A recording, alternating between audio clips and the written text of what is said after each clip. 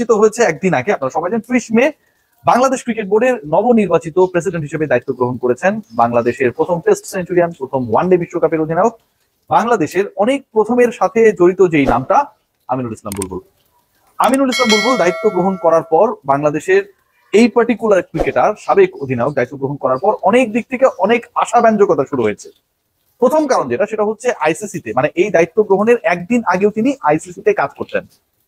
Game education and ডেভেলপমেন্টের তিনি head ছিলেন। এশিয়া অঞ্চলে হিউজ এক্সপেরিয়েন্স, আফগানিস্তানের পুরো ক্রিকেট কাঠামো বদলে দেবার কারিগর। এর বাইরে আপকামিং যে নেশনস গুলো রয়েছে, যেমন আপনি বলতে পারেন নেপালের কথা, আপনি বলতে পারেন ইউএইর কথা, আপনি বলতে পারেন ওমানের কথা, যে দেশগুলো আসলে ক্রিকেটিং নেশনস হিসেবে নিজেদের আত্মপরিচয় বিল্ড আপের চেষ্টা করছে, প্রত্যেকটা জায়গায় আমিনুল ইসলাম বুলবুলের কিন্তু একটা রোল ছিল। সেই মানুষটা বাংলাদেশ ক্রিকেট বোর্ডের প্রেসিডেন্ট। স্বপ্ন অনেক বড়, সময়টা অনেক কম, এবং সেই অল্প সময়ে সবচেয়ে বেশি আলোচিত ইস্যু সাকিব আল হাসান। বাংলাদেশ থেকে কাইন্ড অফ নির্বাসিত আমরা বলতে পারি। সাকিব আল হাসান বাংলাদেশের ক্রিকেট থেকে অলমোস্ট নির্বাসিত। যেই সাকিব আল হাসান বাংলাদেশ ক্রিকেট থেকে নির্বাচিত হবার পর তার বোলিং অ্যাকশন নিয়ে প্রশ্ন উঠলো, সেখানটায় মোটামুটি একটা চ্যালেঞ্জ গ্রহণ করে থার্ড টাইম পরীক্ষা দিয়ে তিনি পাস করলেন। এবং সাকিব আল হাসান যখন পিএসএল বন্ধ হবার পরবর্তী সময়ে যুক্ত হলেন, তখন বাংলাদেশ ক্রিকেট বোর্ড রিলেটেড অনেকেই আলোচনা করা শুরু করলেন, সাকিব যদি পারফর্ম করতে পারে তাহলে সাকিব আল হাসানকে বিবেচনা করা হবে ফিউচার বাংলাদেশ দলের জন্য। এগুলো ছিল কথার কথা। কিন্তু আমিনুল ইসলাম বুলবুল তিনি বলছেন সাকিবের যদি পারফরমেন্স থাকে এবং ফিটনেস ওকে থাকে, আপাতত যেটা বলেছেন, তাহলে সাকিবকে বিবেচনা না করার কোনো কারণ নেই। দ্বিতীয় পয়েন্ট যেটা বলেছেন, একটা ভাইবস দেওয়ার চেষ্টা করা হয়েছে যে উপদেষ্টা সাকিবকে চান না, অমুক নেতা সাকিবকে চান না, এগুলো কিন্তু তারা কখনো তাদের মুখ থেকে বলেন নাই। ক্রীড়া উপদেষ্টা যখন তিনি দায়িত্ব গ্রহণ করেছিলেন, সাকিবের নামে শুরুর দিকে যখন মামলা হলো, ওই সময়টা কিন্তু আমার খুব করে মনে পড়ে আসিফ মাহমুদ সজীব ভুঁইয়া বলেছিলেন বাংলাদেশের ক্রিকেট ইতিহাসের অনেক বড় কিংবদন্তি একজন সাকিব আল হাসান। আইন উপদেষ্টা বলেছিলেন যে এই মামলাগুলো যে মেরিট নেই এটা বুঝাই যায়। সো সাকিবকে কেন্দ্র করে বাংলাদেশ ক্রিকেট বোর্ডের সাবেক প্রেসিডেন্টের যে বক্তব্য, এটা বোঝা যায় যে আলটিমেটলি গভর্নমেন্টের অবস্থান যতটুকু সত্য, তার থেকে তার অপছন্দের জায়গাটা অনেক বেশি প্রাধান্য পেয়েছে। আমিনুল ইসলাম বুলবুল কি গাছি কথা বলেছেন, এবার দেখার চেষ্টা করেন বা বোঝার চেষ্টা করেন যে ক্রীড়া উপদেষ্টা তো নির্বাচক না। সাকিবকে যদি খেলতে হয় তাকে তো নির্বাচিত হয়ে আসতে হবে। সেই নির্বাচন প্রক্রিয়ায় তো আসলে ক্রীড়া উপদেষ্টা যুক্ত না। ক্রীড়া উপদেষ্টা যদি নির্বাচক হতেন সেটা থাকতো।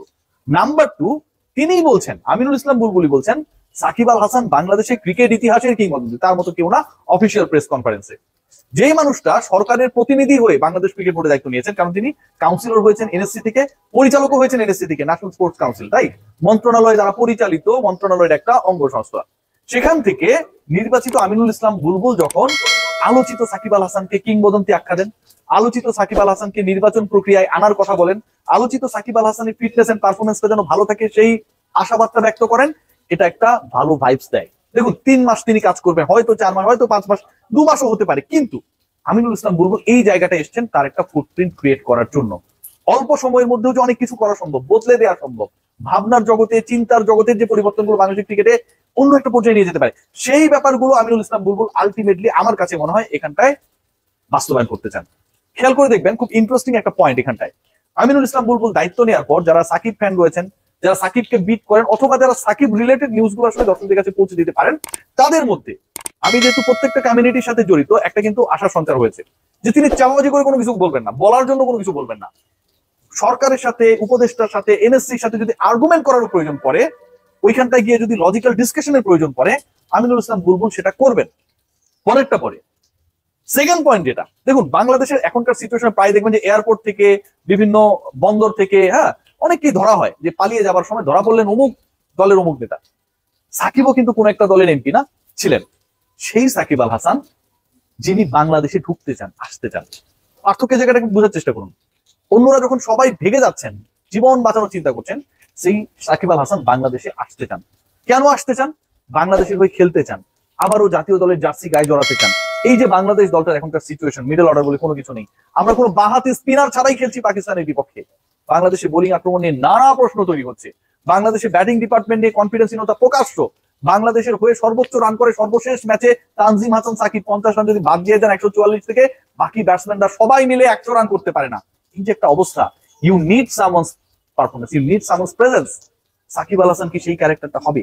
বাংলাদেশ ক্রিকেট বোর্ড কি আরো একবার ওয়ান্স এগেইন সাকিব আল হাসানকে, বিভিন্ন সাকিব আল হাসান অন্যায় করেছেন, অবিচার করেছেন, নিয়ম ভেঙেছেন, দর্শককে পিটিয়েছেন, ক্রিকেট বোর্ড সবসময় তার পাশে ছিল, এই মুহূর্তে যখন সাকিব আল হাসান সবচেয়ে বেশি ভালনারেবল, সাকিব আল হাসান ওই জুলাই বিপ্লবে তার রোল প্লে করতে না পারে আনুষ্ঠানিকভাবে তার সোশ্যাল মিডিয়ায় দুঃখ প্রকাশ পর্যন্ত করেছেন, সেই সাকিব আল হাসান কি আরো একটা চান্স পাবেন? পেতেই তো পারেন। যখন আমিনুল ইসলাম বুলবুল বাংলাদেশ ক্রিকেটের এই মুহূর্তের অভিভাবক, তখন সেই আশাবাদ ব্যক্ত করা, সেই স্বপ্ন দেখাটা আমার কাছে মনে হয় অন্যায় না। বুলবুল ভাই যদি এই কাজটা করে দিতে পারেন, বাংলাদেশের ক্রিকেট, বাংলাদেশের ক্রিকেট জনতা, বাংলাদেশের fan, Shakib hater, Shakib lovers, যেই হোক না কেন ভাই, end of the day Bulbul ভাইকে সত্যিকার অর্থে হয়তো তিনি 4-5 মাস পর, 3 মাস পর দায়িত্ব ছেড়ে তার আগের কাজে ফিরে যাবেন, আকাশে তুলে রাখবে। সবাই ভালো থাকবেন।